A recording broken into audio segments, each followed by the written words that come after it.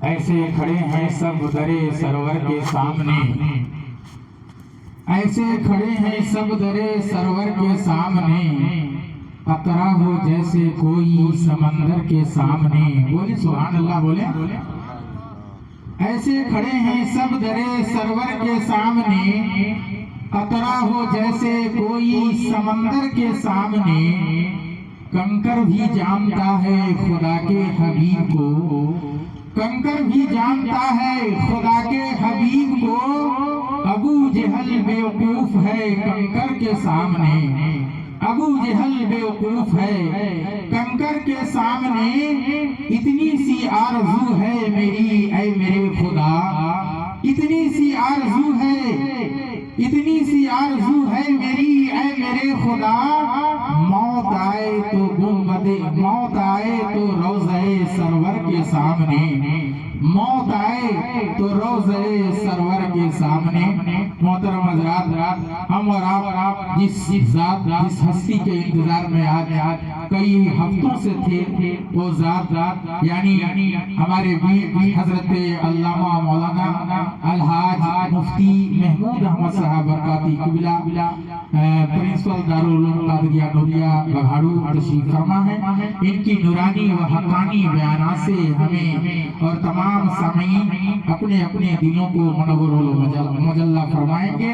آئیے ایک بار نعرہ تکبیر و نعرہ رسالت کی صدا کو بلند کریں۔ نعرہ تکبیر، تھوڑا پورا مجمع آگے سے لے کے پیچھے تک، دائیں سے لے کے بائیں تک ایک ساتھ بولیں۔ نعرہ تکبیر، نعرہ رسالت، مسلک اعلی حضرت علماء اہل سنت، نعرہ تکبیر، نعرہ رسالت۔ سرکار کی سنت کو جو اپنائے ہوئے ہیں، سرکار کی سنت کو جو اپنائے ہوئے ہیں، وہ فرشتوں پر بھی شرف پائے ہوئے ہیں۔ یہ چاند، یہ سورج، یہ چمکتے ہوئے تارے، رخسارے نبی دیکھ کر شرمائے ہوئے ہیں، اور بہکا سکتی نہیں انہیں لندن کی بہاریں، جو شہر مدینہ کی ہوا کھائے ہوئے ہیں۔ میں بڑے ادب و احترام سے گزارش کروں گا حضرت علامہ مولانا الحاج مفتی محمود صاحب قبلہ سے کہ آپ اپنی نورانی و حقانی بیانات سے ہم تمامی سامعین کے دلوں کو منور و مجلہ فرمائیں۔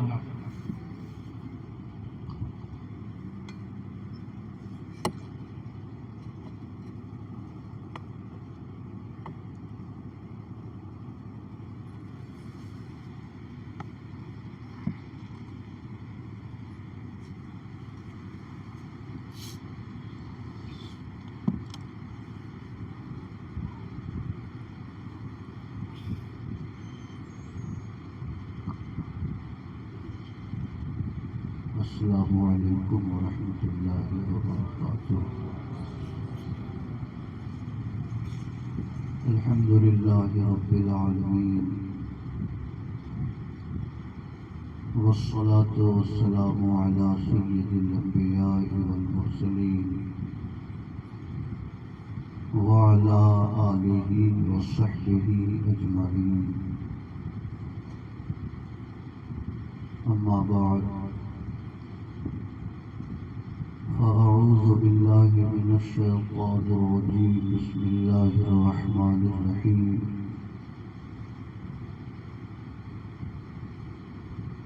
ان اولیاؤہ الا المتقون۔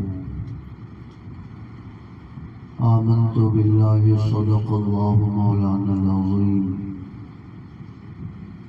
وصدق رسولہ النبی الامین الکریم۔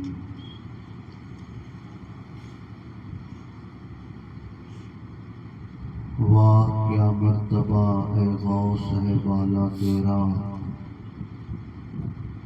اونچے اونچوں کے سروں سے قدم اعلیٰ تیرا۔ سارے اقطاب جہاں کرتے ہیں کعبے کا طواف، کعبہ کرتا ہے طواف در والا تیرا۔ مصطفیٰ کے تنے بے سایہ کا سایہ دیکھا، مصطفیٰ کے تنے بے سایہ کا سایہ دیکھا،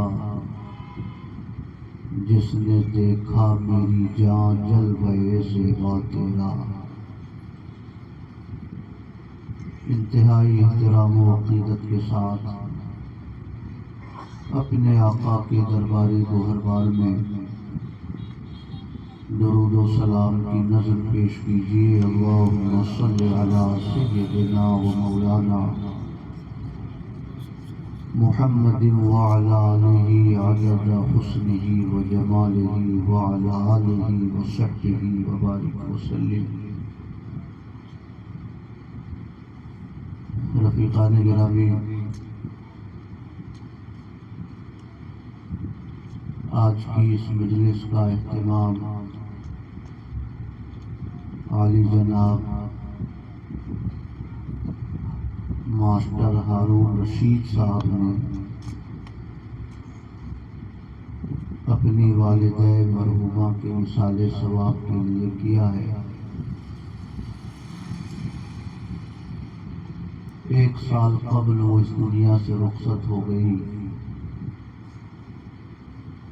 مگر یہ مرحومہ کی خوش نصیبی ہے کہ ان کے وصال ثواب کی مجلس سرکار بغداد کی 11ویں شریف کے دن منعقد کی گئی ہے۔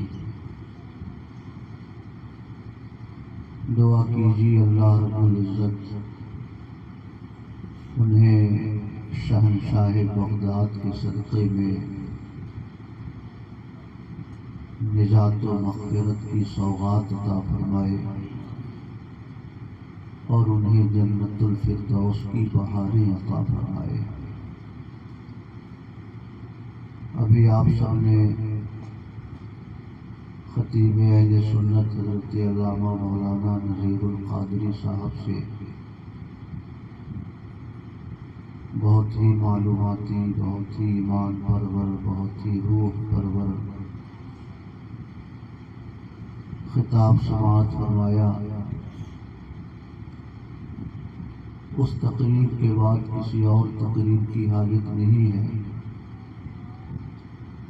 کبھی کبھی فتویٰ لکھا جاتا ہے، کبھی کبھی فتوے پہ الجواب صحیح لکھا جاتا ہے، تو آج ہمارا منبر الجواب صحیح لکھنے کا ہے۔ اس لیے جو باتیں انہوں نے آپ حضرات تک پہنچائی، ان باتوں کو ذہن نشیں رکھیں اور جس حد تک ہو سکے ان باتوں پر عمل پیرا ہونے کی کوشش کریں۔ 100-125 کلومیٹر سے چل کر ہم لوگ آئے ہیں، اس لیے اگر 2-4 باتیں آپ حضرات تک نہ پہنچاؤں تو سفر رائگاں ہوگا۔ اس لیے تھوڑی دیر آپ حضرات سے مخاطبت کا شرف حاصل کرتا ہوں اور 2-4 باتیں آپ حضرات تک پہنچاتا ہوں۔ درود پاک پڑھیں۔ اللہم صلی علی سیدنا و مولانا محمد معدن الجود والکرم وعلی آلہ وصحبہ وبارک وسلم۔ صلاۃ و سلام علیک یا رسول اللہ۔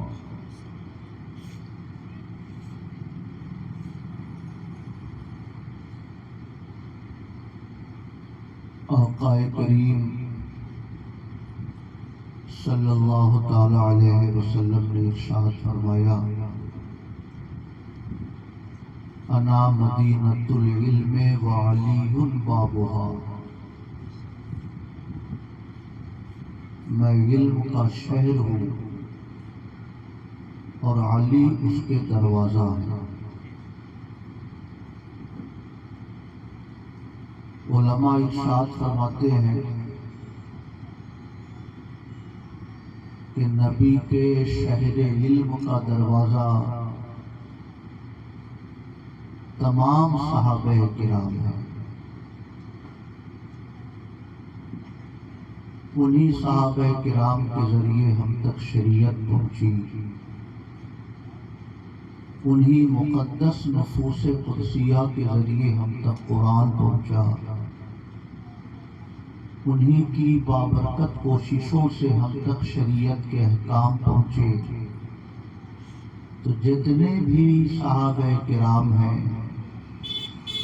وہ پیغمبر کے علم کا دروازہ ہے. اور یہ بات بھی ذہن نشین رکھیں کہ اہل سنت کے نزدیک جو ترتیب خلافت ہے وہی ترتیب فضیلت ہے. سب سے پہلے خلیفہ ہیں حضرت ابو بکر صدیق. تو سب سے افضل صحابہ کرام میں حضرت صدیق اکبر ہیں. دوسرے خلیفہ ہیں حضرت عمر فاروق. تو نبیوں کے بعد سب سے افضل حضرت ابو بکر، اور حضرت ابو بکر کے بعد سب سے افضل حضرت عمر فاروق ہیں. جو خلافت کی ترتیب ہے وہی فضیلت کی ترتیب ہے. وہ شیعوں کا عقیدہ ہے کہ وہ حضرت علی مرتضیٰ کو انبیاء سے بھی افضل کہتے ہیں. 12 اماموں کو وہ معصوم کہتے ہیں، اور یہ عقیدہ رکھتے ہیں کہ یہ 12 امام انبیاء کرام سے بھی افضل ہیں. مگر اہل سنت کے نزدیک کسی بھی غیر نبی کو نبی سے افضل کہنا یہ کفر ہے. اس لیے ہم حضرت علی کو تمام صحابہ سے افضل نہیں کہتے. ہمارے یہاں یعنی اہل سنت کے یہاں انبیاء کرام کے بعد سب سے افضل حضرت ابو بکر ہیں. ان کے بعد سب سے افضل حضرت عمر ہیں. پھر سب سے افضل حضرت عثمان غنی ہیں. پھر چوتھے نمبر پر سب سے افضل حضرت علی مرتضیٰ ہے. پھر میں وہ جملہ دہراتا ہوں کہ جو ترتیب خلافت ہے وہی ترتیب فضیلت ہے. مگر غور کرنے والی بات یہ ہے کہ جب تمام صحابہ کرام شہر علم پیغمبر کا دروازہ ہے تو پھر آقا کریم نے حضرت علی مرتضیٰ کو شہر علم کا دروازہ کیوں کہا؟ کچھ نہ کچھ تو خصوصیت ہے، کچھ نہ کچھ تو کمال ہے، کچھ نہ کچھ تو خاص بات ہے کہ میرے آقا نے حضرت علی مرتضیٰ کو اپنے شہر علم کا دروازہ ارشاد فرمایا. تو صوفیاء کرام ارشاد فرماتے ہیں کہ ظاہری طور سے حضرت علی مرتضیٰ کی خلافت مستحکم نہ رہ سکی. مستحکم نہ رہ سکی کا مطلب اختلاف رہا، انتشار رہا. حضرت امیر معاویہ رضی اللہ تعالی عنہ سے اختلافات رہے. 2 جنگیں لڑی گئی حضرت علی مرتضیٰ اور حضرت امیر معاویہ کے درمیان. جنگ جمل، جنگ صفین. تو حضرت علی مرتضیٰ کا جو دور خلافت تھا وہ بظاہر مستحکم نہیں تھا، انتشار کا شکار تھا. مگر اللہ رب العزت نے ایک خصوصی کرم حضرت علی مرتضیٰ پہ فرمایا کہ حضرت علی مرتضیٰ کو اللہ رب العزت نے غوثیت کبریٰ کے مقام پر فائز فرمایا ہے. سمجھ رہے ہیں؟ غوثیت کبریٰ کے مقام پر سب سے پہلے اللہ رب العزت نے حضرت علی مرتضیٰ کو فائز فرمایا ہے. بلکہ قاضی ثناء اللہ پانی پتی نے تفسیر مظہری میں یہ بات بھی تحریر فرمائی.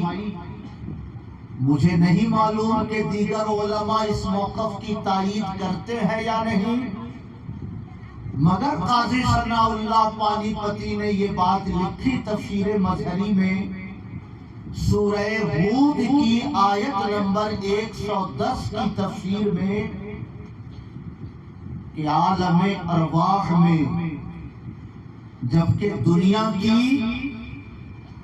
یہ انسانی بزم نہیں سجی تھی، حضرت آدم اور حضرت آدم کی اولاد جس دنیا میں تشریف نہیں لائی تھی، عالم ارواح میں میرے پیغمبر کی روح مبارک تمام انبیاء کرام کی روحوں کی تربیت فرماتی تھی، اور عالم ارواح میں حضرت علی مرتضیٰ کی روح مبارک تمام اولیاء کرام کی تربیت فرماتی تھی. کہیے سبحان اللہ. قاضی ثناء اللہ کی تفسیر مظہری میں نے یہ پڑھا. یہ بات میں نے کسی دوسرے عالم کی تحریر میں اب تک نہیں پڑھی، اس لیے میں نے یہ بات کہی کہ مجھے نہیں معلوم کہ دیگر فقہا، دیگر محدثین اس بات کی توثیق کرتے ہیں یا نہیں، ورنہ قاضی ثناء اللہ نے یہاں تک لکھا کہ عالم ارواح میں دنیا میں انسانوں کے آنے سے پہلے جب تمام نبیوں کی روحیں عالم ارواح میں تھی، تمام انسانوں کی روحیں عالم ارواح میں تھی، تو میرے آقا کی روح مبارک نبیوں کی روحوں کی تربیت فرماتی تھی، اور حضرت علی مرتضیٰ کی روح مبارک تمام اولیاء کرام کی روحوں کی تربیت فرماتی تھی. بہرحال اس میں تو کوئی شک نہیں ہے کہ چاروں خلفاء میں جو چوتھے خلیفہ ہیں حضرت علی مرتضیٰ، اللہ پاک نے سب سے پہلے غوثیت کبریٰ کے مقام پر حضرت علی مرتضیٰ کو فائز فرمایا، اور حضرت علی مرتضیٰ کے بعد حضرت امام حسن کو فائز کیا گیا. حضرت حسن کی شہادت کے بعد حضرت امام حسین اس منصب پر رکھے گئے. حضرت امام حسین کے بعد حضرت امام زین العابدین اس منصب پر فائز کیے گئے. میرے بھائیوں، ترتیب مجھے یاد نہیں رہتی ہے، اس لیے مجھے تھوڑا سا کبھی کبھی شبہ ہو جاتا ہے. حضرت امام حسین کے بعد اس منصب پر امام زین العابدین کو فائز کیا گیا. امام زین العابدین کے بعد اس منصب پر امام محمد باقر کو فائز کیا گیا. ان کے بعد امام جعفر صادق کو اس منصب پہ فائز کیا گیا. امام جعفر صادق کے بعد امام موسیٰ کاظم رضی اللہ تعالی عنہ کو اس منصب پہ فائز کیا گیا. حضرت امام موسیٰ کاظم کے بعد امام علی رضا کو غوث اعظم بنایا گیا. امام علی رضا کے بعد امام محمد تقی کو غوثیت کبریٰ کے منصب پہ رکھا گیا. ان کے بعد امام علی نقی کو غوثیت کبریٰ کا عہدہ دیا گیا، اور امام علی نقی کے بعد امام حسن عسکری رضی اللہ تعالی عنہ کو غوثیت کبریٰ کے منصب پر اللہ رب العزت نے فائز فرمایا. یہ کتنے بزرگ ہوئے؟ حضرت علی مرتضیٰ کے بعد حضرت حسن کے بعد امام حسین کے بعد امام زین العابدین، محمد باقر، امام جعفر صادق، موسیٰ کاظم، علی رضا، محمد تقی، علی نقی اور امام حسن عسکری. یہ 10 امام غوثیت کبریٰ پہ فائز کیے گئے۔ امام حسن عسکری کا وصال 260 ہجری میں ہوا۔ 260 ہجری سے لے کر 470 ہجری تک یہ منصب خالی رہا، کسی کو غوثیت کبریٰ پہ فائز نہیں کیا گیا۔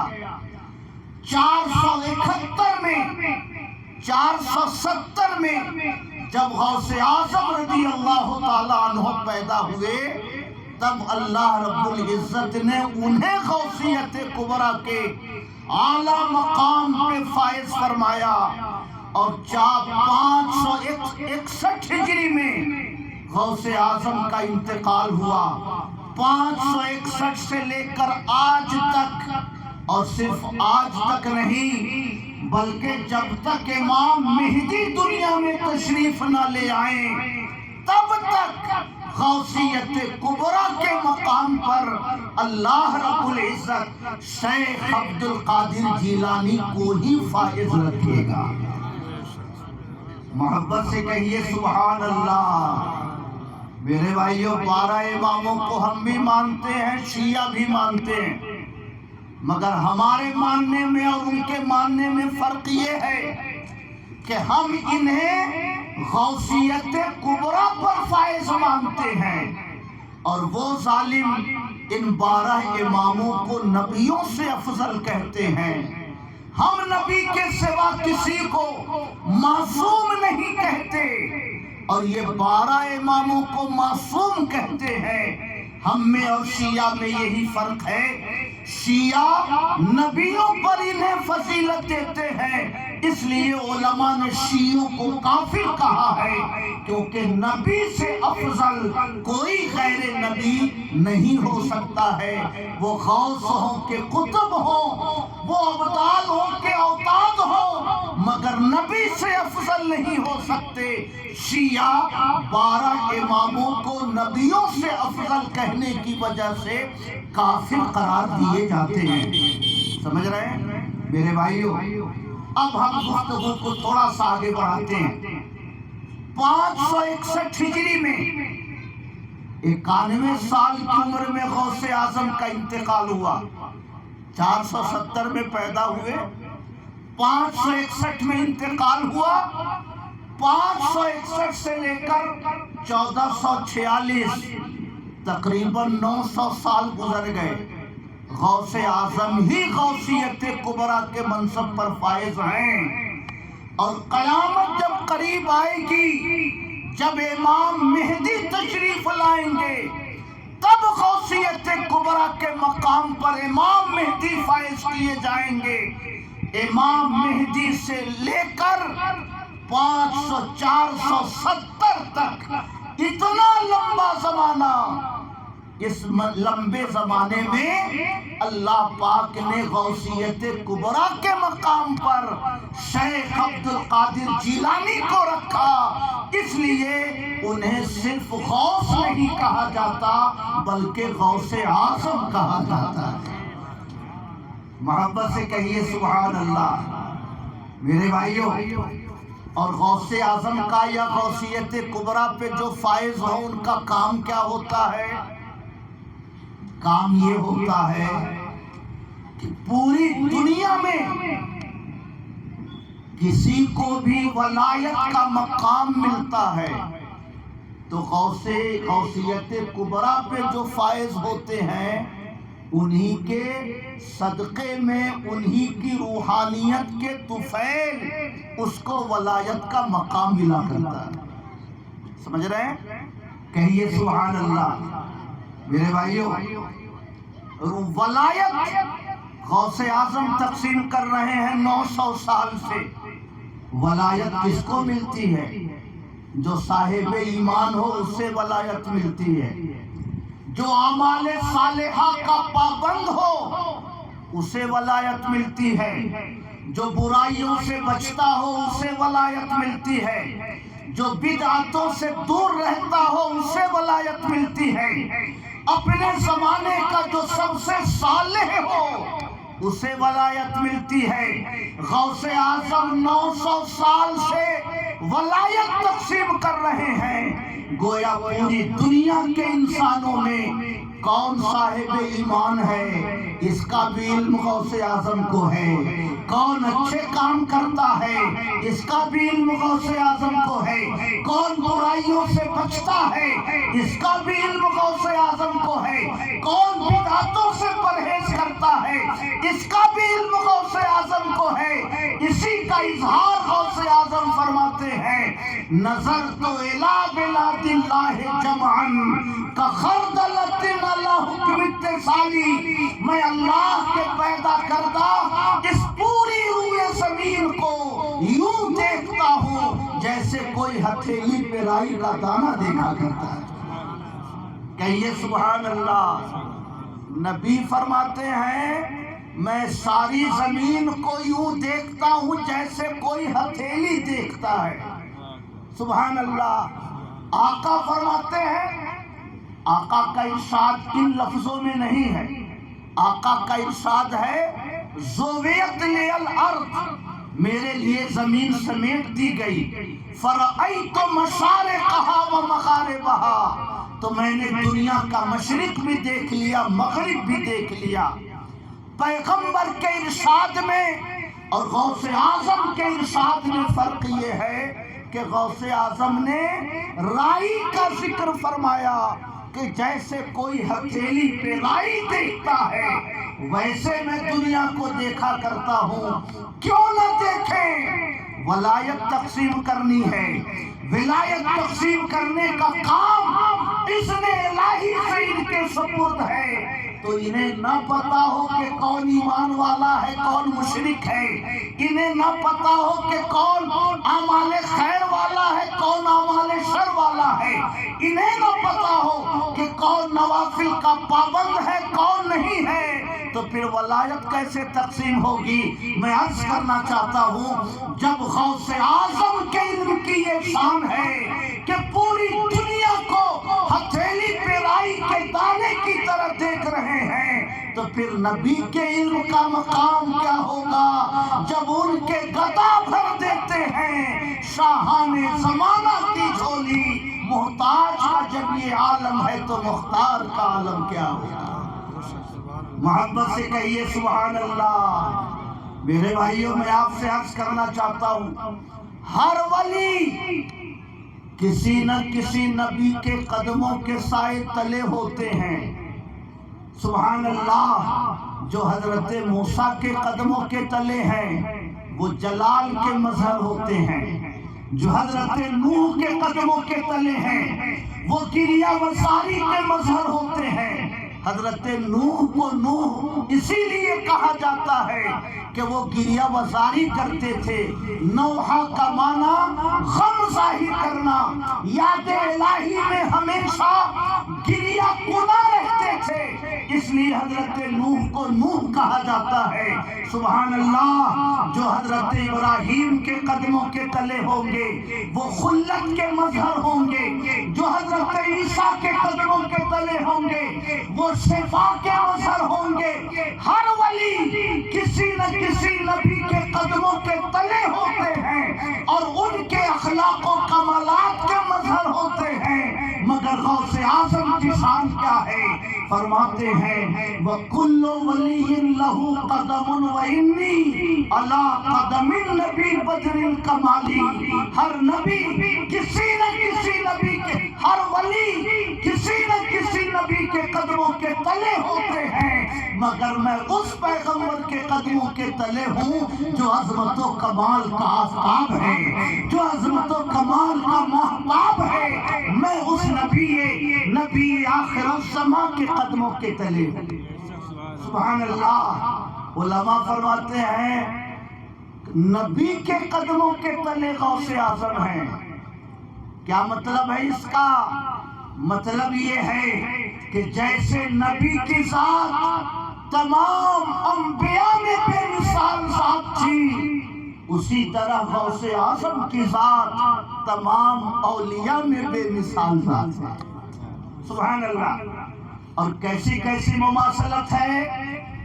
سبحان اللہ. آج کل ایک کتاب میری نظر سے گزری، بہت شاندار کتاب انہوں نے لکھی، اللہ پاک مصنف کو جزائے خیر دے. کئی مشابہتیں نقل کی. فرمایا میرے پیغمبر کے آنے سے پہلے نبیوں نے بشارت دی. حضرت عیسیٰ کا قول ہے وَمُبَشِّرًا بِرَسُولٍ یَأْتِی مِن بَعْدِی اسْمُهُ احمد. حضرت عیسیٰ نے بشارت دی کہ میرے بعد ایک پیغمبر آنے والے ہیں جن کا نام احمد ہوگا. تو پیغمبر کے آنے سے پہلے پیغمبروں نے بشارت دی، اور غوث اعظم کے آنے سے پہلے اس زمانے کے اولیوں نے بشارت دی. یہ مشابہت ہے دونوں بزرگوں میں. سبحان اللہ. ان کی بشارت نبیوں نے دی اور ان کی تشریف آوری کی بشارت ولیوں نے دی. سبحان اللہ. بلکہ یہاں تک غوث اعظم کی سیرت میں لکھا ہے کہ جب حضرت آمنہ کے بطن سے آقا کریم کی ولادت کا وقت قریب آیا تو میرے آقا حضرت آمنہ کے خواب میں نہیں، حضرت آدم حضرت آمنہ کے خواب میں تشریف لائے اور فرمایا اے آمنہ تمہارے بطن سے ایک ایسے پیغمبر آنے والے ہیں جو مشرق و مغرب کو ہدایتوں سے روشن کر دیں گے. اور جب غوث اعظم کی ولادت کا وقت آیا تو میرے آقا حضرت ام الخیر فاطمہ کے خواب میں آئے اور فرمایا فاطمہ تمہارے بطن سے ایک ایسا بیٹا پیدا ہونے والا ہے جو مشرق و مغرب کو اپنے انوار کمال سے روشن و منور فرما دے گا. سبحان اللہ. ہر نبی کسی نہ کسی، ہر ولی کسی نہ کسی نبی کے قدموں کے تلے ہوتے ہیں. ہر ولی کسی نہ کسی نبی کے قدموں کے تلے ہوتے ہیں.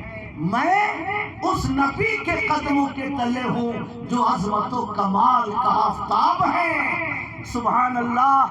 فرمایا کہ جب نبی تشریف لائے تو سجدے میں سر رکھا. حضرت فاطمہ کہتی ہے کہ میں نے سنا کہ ان کی زبان سے آواز آ رہی ہے رب حبلی امتی، رب حبلی امتی. دنیا میں تشریف لائے اور امت کی مغفرت کی دعا کرنے لگے. غوث اعظم دنیا میں تشریف لائے جو نبی کے مظہر کامل بن کر تشریف لائے. جب دنیا میں آئے تو رمضان کے چاند میں نزا ہو گیا. 29 یا 30 شعبان کو یا 1-2 روز پہلے غوث اعظم کی پیدائش ہوئی. چاند کا مسئلہ مشکوک ہو گیا. کچھ لوگوں نے کہا چاند ہو گیا، کچھ لوگوں نے کہا نہیں ہوا. لوگوں نے کہا اشراف کے گھر میں ایک بچہ پیدا ہوا ہے جو سنا ہے رمضان میں دودھ نہیں پیتا، چلو ان کو دیکھتے ہیں. اگر دودھ پی رہے ہوں تو مطلب ہوگا کہ رمضان نہیں شروع ہوا، اور اگر دودھ نہ پی رہے ہوں تو طے ہو جائے گا کہ رمضان شروع ہو گیا. جب غوث اعظم کو دیکھا گیا تو والدہ نے بتایا کہ آج صبح سے انہوں نے دودھ نہیں پیا ہے. لوگ طے کر کے چلے گئے کہ اس کا مطلب ہے کہ رمضان کا آغاز ہو چکا ہے. سبحان اللہ. حضرت علامہ خلیل احمد صاحب تشریف لے آئے ہیں. ہم لوگ 150 کلومیٹر 125 کلومیٹر سے پہلے آ گئے، مگر حضرت امتحان کی ذمہ داریوں میں تھے اور آج کل ہر جگہ انگوٹھے کا مسئلہ پھنس گیا ہے. ہم لوگوں کے لیے بھی کہیں نکلنا مشکل ہو گیا ہے، اس لیے تھوڑی تاخیر سے تشریف لائے. اسی کو کہتے ہیں دیر آیت درست آیت، صحیح ٹائم پر تشریف لائے. خیر، آقا تشریف لائے تو امت کی مغفرت کی دعا فرمائی اور غوث اعظم اپنے آقا کے مظہر کامل بن کر تشریف لائے تو رمضان کا فیصلہ فرما دیا. اور صرف رمضان کا فیصلہ نہیں، کیا کیا فیصلہ فرمایا. سبحان اللہ. ایک روز اپنی والدہ سے عرض کیا حضور میں آپ سے معافی چاہتا ہوں. امی جان نے کہا بیٹے کیسی معافی؟ عرض کیا حضور میں جب آپ کے پیٹ شکم میں پرورش پا رہا تھا آپ گھر کے آنگن میں تشریف لے گئی، آپ کا ارادہ ہوا کہ انگور توڑ کر کھا لوں، میں نے دیکھا کہ اس کے اوپر بچھو بیٹھا ہے، آپ کی انگلی اگر وہاں پہنچے گی تو بچھو آپ کو ڈنک مارے گا، اس لیے میں نے یہی سوچا کہ اگر میں آپ کے پیٹ میں انگڑائی لے لوں تو آپ کو تکلیف ہوگی، آپ بیٹھ جائیں گی، میں نے پیٹ میں انگڑائی لی جس کی وجہ سے آپ تکلیف کے سبب بیٹھ گئی اور آپ نے انگور توڑنے کا ارادہ ترک کر دیا۔ امی جان، آپ کے شکم میں انگڑائی لینے سے جو آپ کو تکلیف پہنچی، میں اسی تکلیف کی معافی آپ سے چاہتا ہوں۔ سبحان اللہ۔ بچہ 5 سال کا ہو جائے تب بھی اسے پتہ نہیں چلتا یہ ڈنک مارنے والا جانور ہے یا فائدہ پہنچانے والا، مگر اللہ نے اس آفتاب نبوت کا مظہر کامل بنایا تھا، اس لیے ماں کے پیٹ میں رہتے ہوئے دیکھ رہے ہیں کہ اب ماں کر کیا رہی ہے، ماں کے دل میں ارادہ کیا ہو رہا ہے، یہ دیکھ رہے ہیں کہ سامنے بچھو بیٹھا ہے، یہ دیکھ رہے ہیں کہ وہ کوئی نفع پہنچانے والا جانور نہیں ہے، یہ دیکھ رہے ہیں کہ ماں کو روکنے کے لیے مجھے ایسا کرنا پڑے گا، تو دنیا میں آنے سے پہلے جو دنیا کا مشاہدہ کر رہا ہو، آج وہ اپنی قبر انور میں رہتے ہوئے ہمارا اور آپ کا مشاہدہ کیوں نہیں فرما رہے ہیں؟ سبحان اللہ۔ دنیا میں آنے سے پہلے جس کے علم کی یہ شان ہو، دنیا قبر انور میں رہ کر وہ دنیا کا مشاہدہ کیوں نہیں فرما رہے ہو؟ سبحان اللہ۔ ایک سائل آپ کے دروازے سے گزرا، اس نے کہا السلام علیکم، غوث اعظم نے 2 بار جواب دیا، وعلیکم السلام، وعلیکم السلام۔ اس سائل نے کہا بچے، میں نے 1 بار سلام کیا ہے، 2 بار کیوں جواب دے رہے ہیں آپ؟ تو غوث اعظم نے فرمایا ایک جواب تو آج والے سلام کا ہے اور ایک جواب اس سلام کا ہے کہ جب میں اپنی ماں کے شکم میں تھا، آپ میرے دروازے سے گزرتے ہوئے سلام کرتے ہوئے گزرے تھے، ماں کے شکم میں رہتے ہوئے میں نے آپ کا سلام سنا تھا، مگر جواب دیتا تو میری ماں گھبرا جاتی، اس لیے میں نے اس دن جواب نہیں دیا تھا، آج اس سلام کا جواب دے رہا ہوں تاکہ آپ کا کوئی بھی سلام جواب سے خالی نہ رہ جائے۔ کہیے سبحان اللہ۔ وَكُلُّ وَلِيٍّ لَهُ قَدَمٌ وَإِنِّي، ہر ولی کسی نہ کسی نبی کے قدموں کے تلے ہوتے ہیں، میں اس نبی کے قدموں کے تلے ہوں جو بدر کمال ہیں، جو آفتاب عظمت ہیں، جو ماہتاب رسالت ہیں، جیسے نبیوں میں ان کے کمالات کی کوئی مثال نہیں، اسی طرح اولیاء کرام میں پیغمبر کے مظہر اعظم غوث اعظم رضی اللہ تعالی عنہ کے کمالات کی بھی کوئی مثال نہیں ہے۔ سبحان اللہ۔ میرے بھائیوں، ہر نبی معجزہ لے کر آئے مگر میرے آقا معجزہ بن کر آئے، سبحان اللہ۔ مگر نبی کے مظہر اعظم کو بھی اللہ نے کیا شان عطا فرمائی ہے، ہر ولی کرامت لے کر آئے مگر غوث اعظم آپ کہہ سکتے ہیں کہ سراپا کرامت بن کر آئے، سبحان اللہ۔ ملا علی قاری رضی اللہ تعالیٰ عنہ نے غوث اعظم کی ایک سیرت لکھی ہے، نزہۃ الخاطر الفاتر فی ترجمۃ الشیخ عبد القادر، اس میں فرماتے ہیں کہ غوث اعظم کی کرامتیں تواتر کی حد کو پہنچی ہوئی ہے۔ حدیث متواتر اس حدیث کو کہتے ہیں کہ ہر زمانے میں اس کے راوی اتنی سنکھیا میں ہو کہ اتنے لوگوں کا جھوٹ پر متفق ہونا ناممکن ہو، جیسے حدیث متواتر ہوتی ہے ملا علی قاری فرماتے ہیں کہ غوث اعظم کی کرامتوں کو بیان کرنے والے ہر زمانے میں اتنے لوگ ہیں کہ اتنے لوگوں کا جھوٹ پر متفق ہونا عقلاً ناممکن ہے۔ کیسی کیسی کرامتیں لے کر آئے، کیسی کیسی کرامتوں کا ظہور ہوا، سبحان اللہ۔ میں آپ سے کیا عرض کروں، وقت کم ہے اور زیادہ تر باتیں آپ نے اپنے بزرگوں سے سن رکھی ہیں، اس لیے میں کرامتوں کا تذکرہ زیادہ نہیں کرنا چاہتا، مگر ایک بات کی طرف آپ کی توجہ ضرور مبذول کرانا چاہتا ہوں۔ ایک شیخ فرماتے ہیں کہ غوث اعظم کے واعظ کی مجلس سجی ہے، سمجھ رہے ہیں؟ اور غوث اعظم نے جب تقریر فرماتے تھے تو 70 ہزار کا مجمع ہوتا تھا۔ ایک صاحب فرماتے ہیں کہ مجھے استنجے کی حاجت محسوس ہوئی، اب بڑا پریشان کہ اگر اٹھتا ہوں مجلس سے تو بے ادبی ہوتی ہے، اور اگر بیٹھا رہتا ہوں تو کہیں کپڑے ناپاک نہ ہو جائے۔ تقریر کر رہے ہیں غوث اعظم اور سامعین کے حالات کا بھی مشاہدہ فرما رہے ہیں۔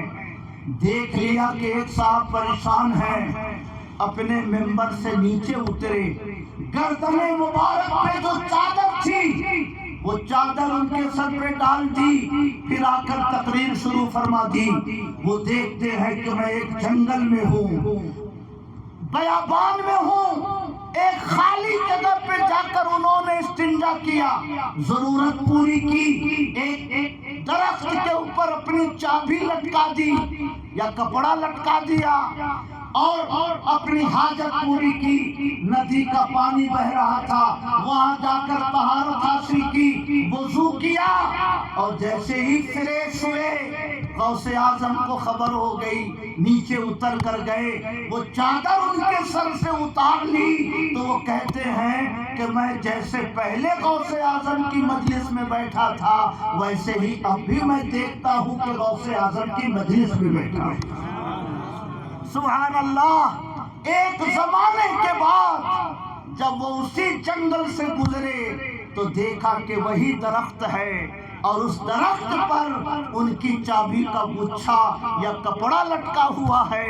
تب انہیں یقین ہوا کہ وہ کوئی خواب نہیں تھا بلکہ وہ عالم حقیقت کا معاملہ تھا، اور یہ غوث اعظم کا تصرف تھا کہ چادر ڈال کر جنگل پہنچا دیا اور چادر اٹھا لی تو جنگل سے چل کر وہ مجلس میں آ گیا۔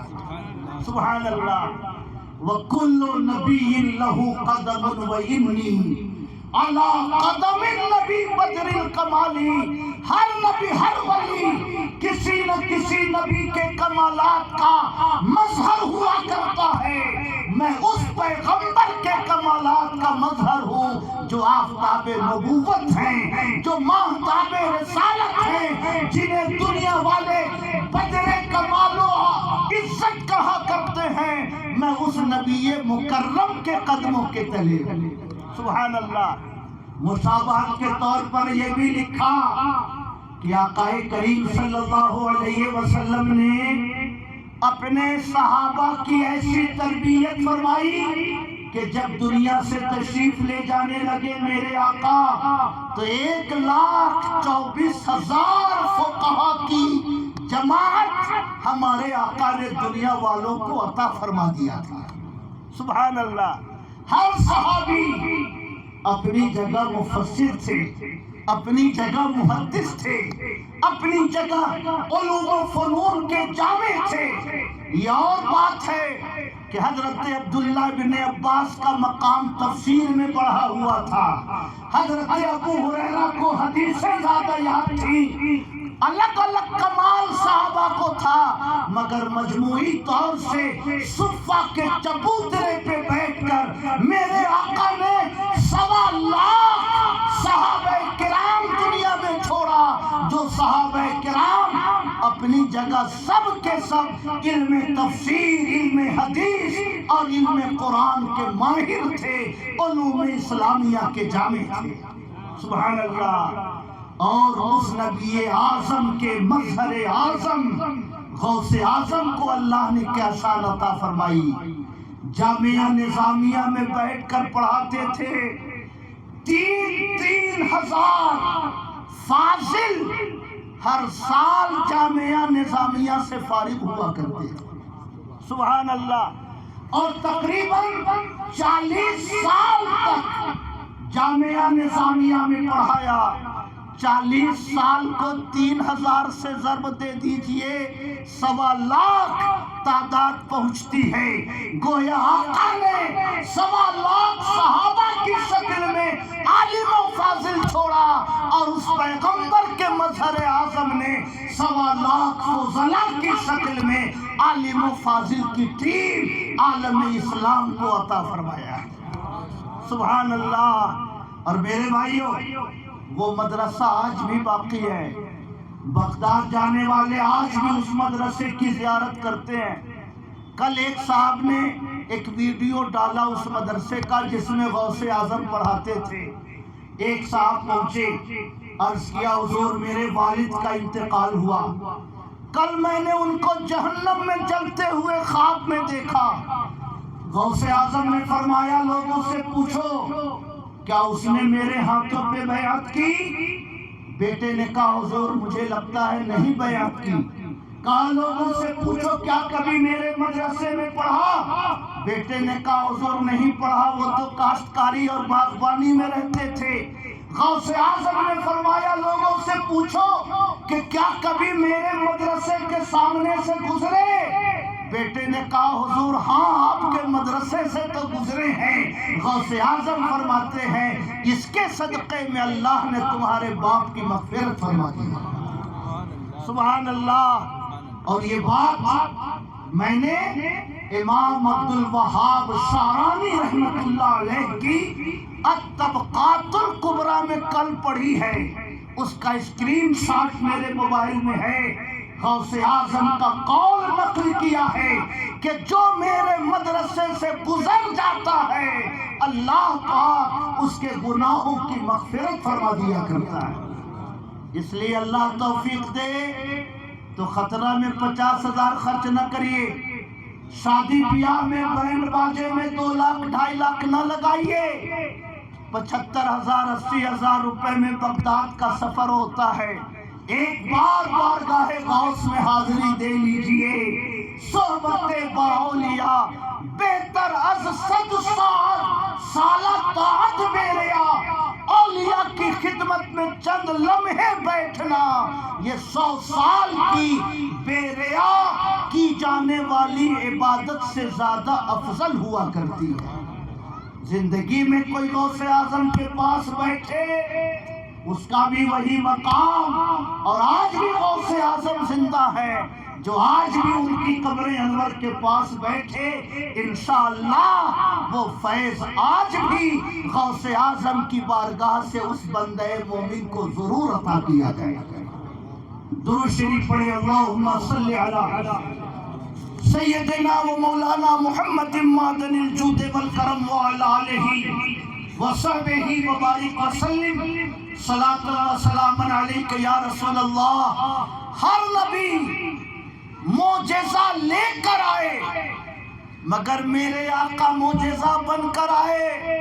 اور اس نبی کا مظہر اعظم غوث اعظم. ہر ولی کرامتیں لے کر آئے مگر میرے غوث اعظم سراپا کرامت بن کر آئے. اتنی کرامتوں کا صدور ہوا کہ علماء نے لکھا ہے کہ غوث اعظم کی کرامتیں تواتر کی حد کو پہنچی ہوئی ہیں. کہیے سبحان اللہ.